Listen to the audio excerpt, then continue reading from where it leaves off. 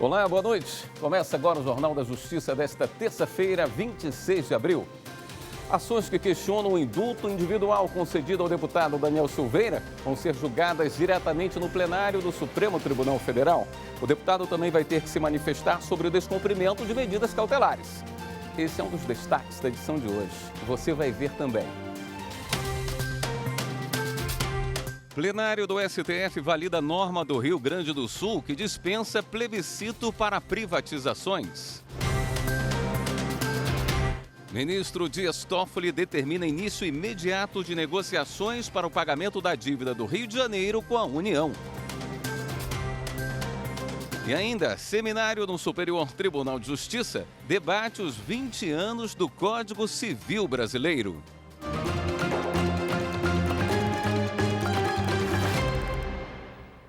O ministro Alexandre de Moraes, do Supremo Tribunal Federal, determinou que a defesa do deputado Daniel Silveira se manifeste em 48 horas sobre o descumprimento de medidas cautelares, como irregularidades na tornozeleira eletrônica, presença em eventos e concessão de entrevista. Já a ministra Rosa Weber, relatora de 4 ações que questionam a legalidade do indulto individual concedido ao parlamentar, determinou que o presidente Jair Bolsonaro apresente em até 10 dias informações sobre a medida. No despacho publicado esta semana, Rosa Weber também já adiantou que os questionamentos sobre o indulto têm relevância e especial significado para a ordem social e segurança jurídica e, por isso, ela vai levar as ações diretamente para o plenário da Corte. O julgamento ainda não tem data marcada. Daniel Silveira foi condenado a 8 anos e 9 meses de prisão, além de multa, pelos crimes de tentativa de impedir o livre exercício dos poderes e coação no curso do processo. Na última quinta-feira, o presidente Jair Bolsonaro concedeu a graça constitucional, perdoando o deputado. Nas ações, os partidos alegam que a medida desrespeitou os princípios constitucionais da impessoalidade e da moralidade, porque teve o objetivo de beneficiar um aliado político do presidente. Em uma outra decisão, o ministro Alexandre de Moraes, relator da ação penal que condenou Daniel Silveira, deu prazo de 48 horas para a defesa do deputado se manifestar sobre o indulto e juntar aos autos cópia do decreto presidencial. Depois disso, a Procuradoria-Geral da República terá o mesmo prazo para também se manifestar sobre o perdão. Moraes também pediu explicações da defesa dentro do prazo de 48 horas sobre o descumprimento da medida cautelar referente ao uso da tornozeleira eletrônica. A Secretaria de Administração Penitenciária do Distrito Federal avisou ao STF que a tornozeleira de Daniel Silveira está descarregada desde o último dia 17, o que impede o monitoramento do parlamentar.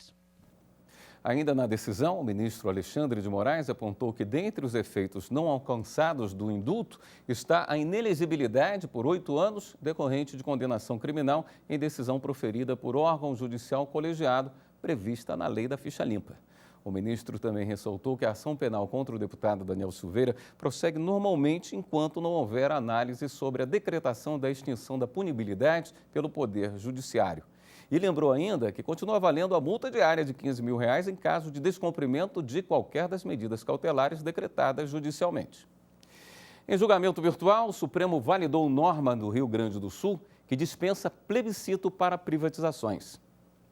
Por unanimidade, os ministros do Supremo entenderam que a retirada de consulta por plebiscito não torna a decisão pela privatização menos democrática. A Corte declarou a validade do dispositivo da Constituição do Rio Grande do Sul, que revoga a obrigatoriedade de consulta prévia para o processo de desestatização da Corsan, Companhia Rio Grandense de Saneamento, do Banrisul, Banco do Estado, e da Procergs, Companhia de Processamento de Dados. A ação proposta pelo PT argumentava que a eliminação da consulta representava grave retrocesso ao exercício da democracia.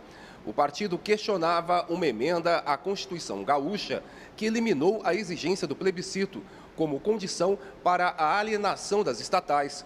Por unanimidade, o plenário do STF julgou improcedente a ação. Segundo o relator, ministro Alexandre de Moraes, a decisão sobre a necessidade de submeter determinada matéria a referendo, consulta ou plebiscito popular é opção eminentemente política e não administrativa.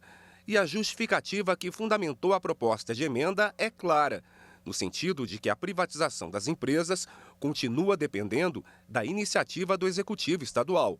O ministro ainda observou que, além dos casos em que a própria Constituição prevê mecanismos de participação popular direta para a adoção de determinadas medidas políticas, a decisão sobre a conveniência da consulta popular é encargo do Poder Legislativo. O relator reforçou que, dessa forma, a emenda não ofende mandamentos e garantias constitucionais, não se justificando a interferência do Judiciário. O ministro Dias Toffoli, do STF, determinou que o governo do Rio de Janeiro e a União comecem imediatamente as negociações para quitar a dívida do Estado. No encontro, o ministro Dias Toffoli determinou que o Estado do Rio de Janeiro e a União entrem em acordo sobre o pagamento da dívida e apresentem uma proposta até o dia 6 de junho para homologação pela Corte. O objetivo é reorganizar as contas do governo fluminense e evitar a paralisação de serviços essenciais do Estado. A audiência de conciliação foi convocada em uma ação que trata sobre o regime de recuperação fiscal que flexibiliza as regras de pagamento de dívidas com a União. Participaram do encontro o governador do Rio de Janeiro, Cláudio Castro, o advogado-geral da União, Bruno Bianco, e o subprocurador-geral da República, Luiz Augusto Santos Lima. Em março deste ano, o ministro Dias Toffoli havia prorrogado por 3 meses a suspensão do pagamento de dívidas do Estado do Rio de Janeiro com a União e, com isso, o Estado não poderá sofrer punições, como a inscrição num cadastro de inadimplentes. A primeira turma do Supremo julgou uma reclamação em que a Petrobras questiona uma decisão trabalhista que a condenou por descontos no fundo de aposentadoria. O ex-empregado da Petrobras queria que a empresa fosse condenada a pagar indenização por danos morais e materiais devido a descontos feitos no fundo de aposentadoria. Ele então entrou na Justiça do Trabalho e o TRT da 21ª Região decidiu a favor dele, condenando a Petrobras pelos descontos. A Petrobras recorreu ao Supremo, alegando que a condenação não seguiu o entendimento firmado pelo STF. A relatora, ministra Carmen Lúcia, negou o recurso. O plenário deste Supremo firmou a tese jurídica de competir à Justiça Comum, processamento de demandas ajuizadas contra entidades privadas de previdência, com o propósito de obter complementação de aposentadoria. Na espécie, como reconhece a agravante, a controvérsia estabelecida na origem não versa sobre complementação de aposentadoria. É uma ação indenizatória contra sua ex-empregadora, pleiteando danos morais e materiais decorrentes de supostos prejuízos com o plano de previdência complementar. Não é ação previdenciária, sendo o direito decorrente de uma relação, mas especificamente da ex-empregadora. Ao decidir pela competência da Justiça do Trabalho, a autoridade reclamada estabeleceu essa distinção entre o caso concreto e a tese de repercussão geral apontada na reclamação, inexistindo, portanto, ilegalidade ou teratologia na decisão reclamada. A ministra Rosa Weber seguiu o voto da relatora. Já os ministros Alexandre de Moraes e Dias Toffoli divergiram, entendendo que o caso deveria ser julgado pela Justiça Comum. Voto pelo provimento do agravo regimental para fim de julgar procedente o pedido formulado na reclamação, cassando a decisão reclamada e declarando a incompetência da Justiça do Trabalho, devendo os autos, se assim prevalecer, serem encaminhados à Justiça Comum. O julgamento foi suspenso porque o ministro Luiz Roberto Barroso alegou suspeição. Da suspeição declinada pelo eminente ministro Roberto Barroso, eu vou proclamar o resultado provisório, suspender o julgamento para, aplicando o regimento, convocar um ministro da segunda turma para, numa sessão, dar o outro voto. Também foi julgada uma reclamação em que uma empresa de alimentos pede a suspensão de processo trabalhista no TST, em que se discute a aplicação de norma coletiva sobre o pagamento de horas de deslocamento do empregado, até que o plenário do STF julgue um recurso extraordinário com agravo sobre a matéria. A relatora é a ministra Rosa Weber, que julgou procedente a reclamação. A fim de cassar a decisão reclamada e determinar o sobrestamento do processo no Tribunal Superior do Trabalho até a decisão deste Supremo Tribunal Federal no recurso extraordinário 1.121.633, tema 1046 da repercussão geral, após o que deverá a Corte reclamada reapreciar o caso. Seminário no STJ debate os 20 anos do Código Civil Brasileiro. A gente mostra no próximo bloco. Nós temos essa transmissão ao vivo nas redes sociais, via internet.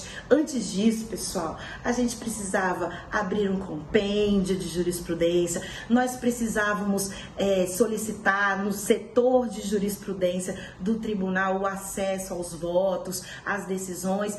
Não era em tempo real. Hoje, nós sabemos quem são os ministros do Supremo e não sabemos quem são os membros da seleção brasileira. Isso é o rumo ao exercício da nossa cidadania.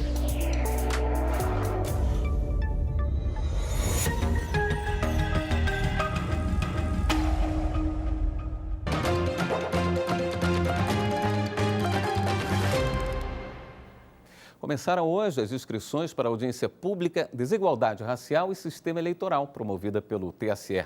Interessados em participar devem enviar o pedido de inscrição com documentos que comprovem experiência no assunto para o e-mail nid@tse.jus.br até sábado, dia 30 de abril.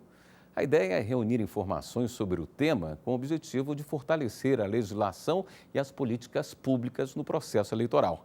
A audiência está prevista para o dia 18 de maio, de forma online, a partir das 10 horas da manhã. A transmissão vai ser no canal da Justiça Eleitoral no YouTube. E ainda sobre o TSE, os ministros da Corte se reúnem em sessão plenária daqui a pouco, logo depois do Jornal da Justiça. O repórter Henrique Amaral tem mais informações.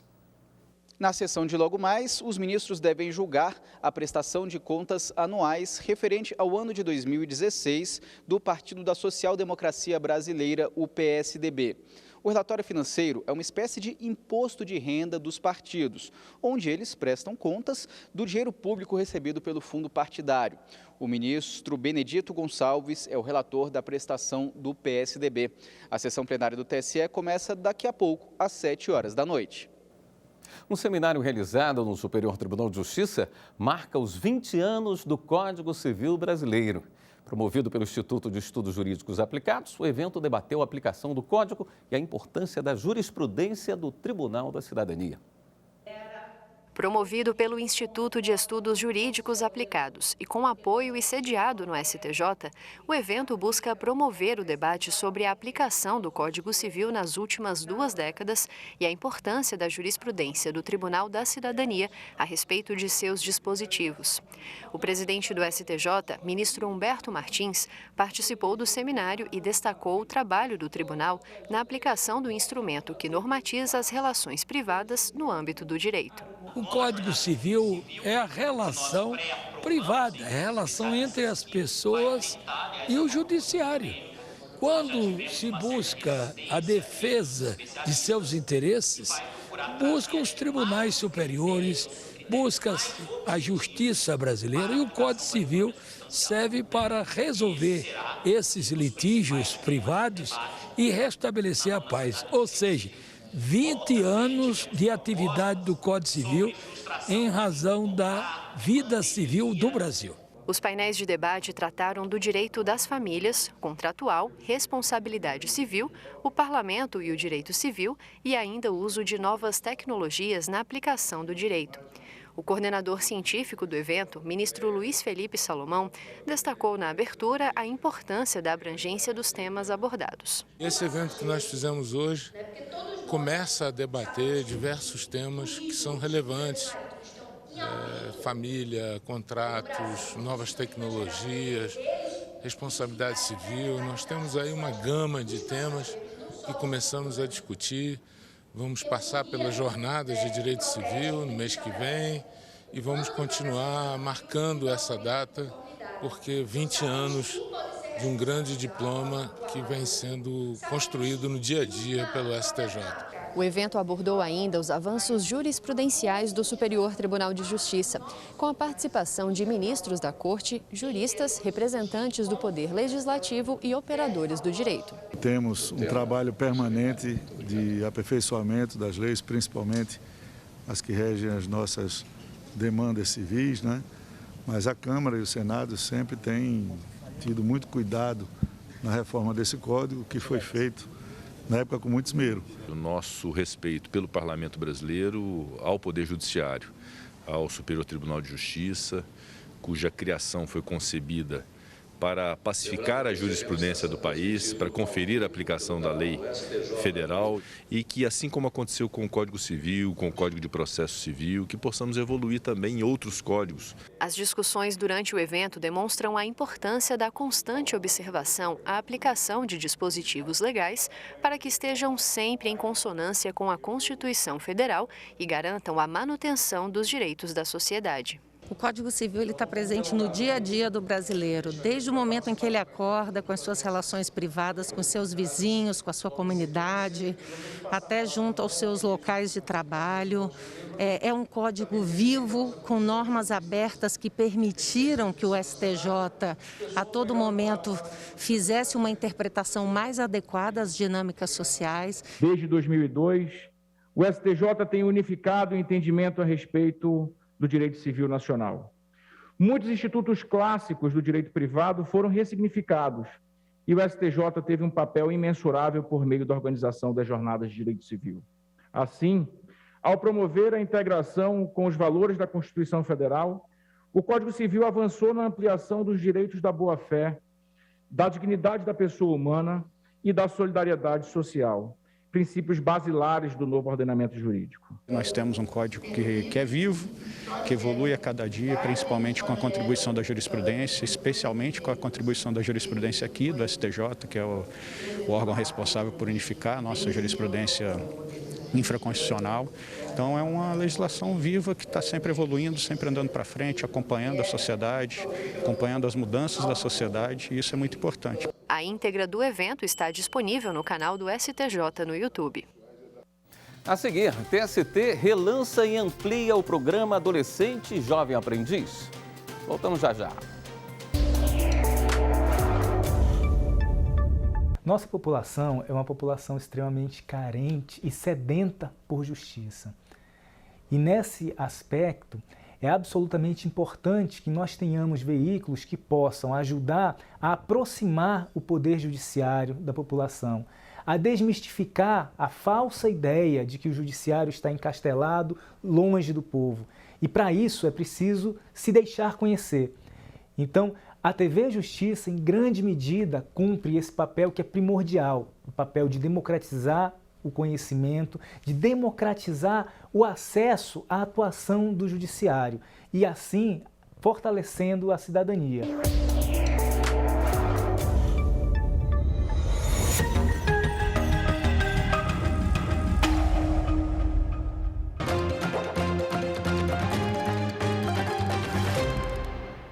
O Tribunal de Justiça do Distrito Federal negou o pedido de indenização a um passageiro de ônibus com deficiência física. O motivo é que o pai tentou entrar com ele pelas escadas do ônibus e não pelo acesso adaptado. O país tem 46 milhões de pessoas com algum tipo de deficiência. Isto corresponde a 24% da população. O direito ao transporte e à mobilidade está no Estatuto da Pessoa com Deficiência. Hoje não é raro encontrar ônibus assim, com rampas ou com elevadores. Mas um motorista de ônibus do Distrito Federal se negou a transportar 2 passageiros, pai e filho. A história é a seguinte: o pai estava com o filho de 15 anos com deficiência nos braços. Ao invés de usar a entrada de acesso adaptada, ele tentou entrar pela porta da frente, pelas escadas. O que, segundo a empresa de ônibus, ofereceria risco de acidente tanto para o pai quanto para o filho. O pai entrou na justiça pedindo uma indenização por danos morais. Mas a 8ª Turma Cível do Tribunal de Justiça do Distrito Federal negou o pedido. Segundo o desembargador José Eustáquio Teixeira, há risco possível e potencial de desequilíbrio e queda ao tentar embarcar passageiro pela porta estreita de um ônibus carregando-o nos braços, devendo ser evitada esta forma de embarque, salvo em situações excepcionais. E justificou: não fosse assim, não haveria uma verdadeira mobilização nacional para que as frotas de ônibus do país inteiro fossem renovadas para promover a acessibilidade das pessoas com deficiência ou necessidades especiais. Ainda de acordo com o desembargador, formas alternativas de embarque só deveriam ser permitidas se os equipamentos para pessoas com deficiência estiverem fora de operação. Cabe ao momento ter bom senso, ter percepção da realidade, para que tanto o usuário quanto o operador ou o motorista possam consentir em adentrar no veículo de maneira segura e com conforto e autonomia. O Tribunal Superior do Trabalho relançou e ampliou o programa Adolescente e Jovem Aprendiz. A cerimônia foi aberta pelo presidente do TST e do Conselho Superior da Justiça do Trabalho, ministro Emanuel Pereira. O ministro destacou que desde 2012, no dia 24 de abril, é celebrado o Dia Internacional do Jovem Trabalhador. A data foi criada pela Organização Internacional do Trabalho, a OIT, para conscientizar sobre a importância da oferta de trabalho seguro, qualificado e agregador para a juventude. No TST, neste ano, a data marca o ato que ampliou o programa Adolescente Jovem Aprendiz no tribunal. O programa, que já existia na Corte desde 2012 para adolescentes de 14 a 18 anos, agora é válido também para os jovens de até 24 anos. O TST se sente orgulhoso em proporcionar a todos os jovens, né, essa oportunidade de crescimento intelectual, de crescimento pessoal, não é? E de buscar novas oportunidades, agora sim, preparados por esse programa e disputar o emprego melhor em suas vidas. A gerente socioeducativo e pastoral do Centro Salesiano do Adolescente, CESAM, instituição parceira do tribunal, também participou da cerimônia. Ela enfatizou que a ampliação do programa vai contribuir para a redução do trabalho infantil no país, além de qualificar ainda mais os jovens para o mercado de trabalho formal. É um momento muito oportuno, um momento onde realmente a juventude está buscando profissionalização, está buscando inclusive ajudar financeiramente a sua família, então eu vejo que esse ato vem num momento muito oportuno. Cláudio Roberto é um dos exemplos dos resultados positivos do programa no TST. Quando eu entrei aqui no TST, né, por conta do programa da aprendizagem, do Adolescente Aprendiz, eu não imaginava que eu poderia seguir um futuro, né, ter um trabalho, né, ter uma profissão. Hoje eu sou advogado, né, isso eu só consegui por conta disso. A formação de jovens aprendizes no TST permite a contratação formal de jovens entre 14 anos e 24 anos em situação de vulnerabilidade social para a realização de atividades em condições adequadas à aprendizagem profissional. O objetivo é estimular a manutenção dos participantes no sistema educacional e garantir o processo de escolarização. O contrato de aprendizagem não pode ser superior a 2 anos e a jornada de trabalho é de 4 horas diárias, com remuneração não inferior a um salário mínimo.